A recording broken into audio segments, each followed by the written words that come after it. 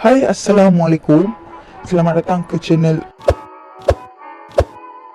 So, video aku sebelum ni aku cerita pasal ajaran sesat. Tapi hari ni aku nak cerita tentang 4 kesilapan bodoh yang pernah ejen FBI lakukan. Tanpa membuang masa, marilah kita dengar sama-sama. Hampa tahu dah FBI tu apa? Hampa selalu dengar dalam movie, FBI. Tapi mesti hampa tak tahu kan benda apa FBI tu? Federal Bureau of Investigation atau singkatannya FBI merupakan pasukan elit kerajaan Amerika Syarikat bagi menyelesaikan kes-kes jenayah berprofil tinggi. Kalau kita tengok dalam filem Hollywood, ejen FBI ni selalu digambarkan sebagai seorang yang cepat, laju, pantas dan cerdik. Dan segala siasatan dan rancangan yang mereka buat sangat tersusun dan penuh rahsia. Setiap ejen, mereka biasanya guna identiti samaran macam contoh nama, alamat. Dan demi keselamatan seseorang ejen FBI tu, mereka akan rahsiakan kejayaan mereka ni sebagai seorang ejen daripada keluarga ke ataupun daripada kawan-kawan atau saudara mara mereka lah. Tapi ejen FBI ni pun manusia agak yang tak lari daripada melakukan kesalahan. Kadang-kala kesilapan yang mereka buat ni sangat memalukan dan tak setaraf dengan seorang ejen FBI yang selalu digambarkan dalam movie. So, hari ni aku akan berkongsi 4 kesilapan bodoh yang pernah dilakukan oleh pihak FBI atau ejen-ejen dia. Pada tahun 2008, pihak FBI telah menemui sebuah kereta Ferrari F50 tahun 1995 dalam satu serbuan yang dilakukan di Kentucky, Amerika Syarikat. Kereta tu dilaporkan hilang pada tahun 2003 dan dimiliki oleh syarikat Motors Insurance setelah mereka ni bayar tuntutan insurans yang dibuat oleh pemilik kereta asal tersebut. Setahun lepas tu, seorang ejen FBI telah memandu kereta tu dan dia terlibat dalam kemalangan yang menyebabkan kereta tu calak balak dan total loss. Aku tak tahulah dia bawa kereta tu macam mana.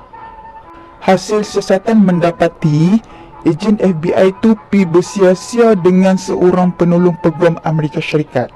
Dan akibat daripada kemalangan tu, pihak Motors Insurance telah bertindak menyaman pihak kerajaan Amerika Syarikat sebanyak $750,000 USD untuk kos membaiki kereta tersebut. Tapi malangnya, pihak mahkamah telah membatalkan tuntutan Motors Insurance tersebut. Pada tahun 2014, pihak FBI telah memberi tugas kepada seorang ejen FBI bernama Daniela Green untuk mengintip kegiatan seorang penjenayah ISIS yang aktif merekrut ahli baru melalui sosial media. Penjenayah ISIS itu merupakan Dennis Kasper, seorang bekas penyanyi dari Jerman dan menggunakan nama samaran sebagai Dog. Lepas dia menyertai ISIS, dia guna nama sebagai Abu Talha Al-Amani. So, dalam kalangan geng ISIS ni, Dennis Kasper merupakan seorang yang sangat dihormati dan dia berpangkat tinggi. Dia juga pernah merakam video memenggal kepala seorang penentang dia dan ugut nak bunuh Presiden Barack Obama. Tapi tak tahulah macam mana si Daniela ni boleh jatuh cinta dengan si Dennis ni. Dan kemudian Dennis ni pujuk dia ni untuk ikut dia pergi Syria. Yang paling tak boleh belah sekali, si Daniela ni sebenarnya dah berkahwin dan dia bagi tahu dekat suami dia yang dia nak balik ke Jerman nak melawat ibu bapa dia. Kan dia bagi tahu dekat suami dia yang dia nak pergi Jerman kan. Padahal dia nak pergi Syria melalui Turki. Tak lama lepas tu, barulah si Daniela ni sedar yang kehidupan sebagai seorang ISIS ni indah rupa dari kabar je. Tak lama lepas tu, dia pun melarikan dirilah ke Amerika dan dia dikenakan hukuman penjara selama 2 tahun. Tak ada muka. Pada tahun 2010, pihak FBI telah memaparkan lakaran gambaran wajah Osama bin Laden yang menurut FBI, Osama bin Laden ni kali terakhir dilihat pada tahun 1998. So mereka pun buatlah lakaran gambaran yang terbaru Osama dengan menambahkan seperti jambang, kedutan kat wajah, uban kat kepala. Bak kata pepatah, sepandai-pandai tupai melompat, akhirnya jatuh ke tanah juga. Ejen FBI yang dipertanggungjawabkan untuk membuat lakaran tu, yang telah membuat kerja sambil lewa, dia ambil gambar seorang ahli politik dari Spanyol bernama Gaspar Llamazares. Dia mendakwa gambar tu dah pun diedit, padahal sebenarnya tak pun. Lepas gambar tu tersebar, Gaspar ni rasa diri dia tak selamat dah.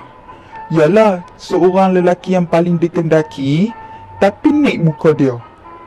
Pihak FBI akhirnya mengaku depa ni salah dengan mendakwa ejen dia ni yang dah dipertanggungjawabkan nak buat lakaran tu sebenarnya ambil je gambar tu daripada internet dan buat beberapa edit kecil je pada dia.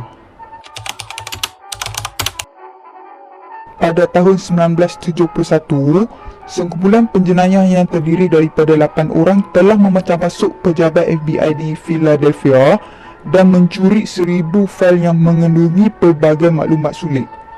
Kumpulan tu merupakan aktivitis anti-perang yang memprotes penlibatan Amerika Syarikat dalam Perang Vietnam.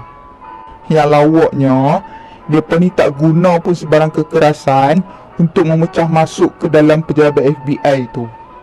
Mereka ni rancang dengan penuh teliti dan hanya dibantu seorang yang pakar dalam mengumpil kunci pintu je.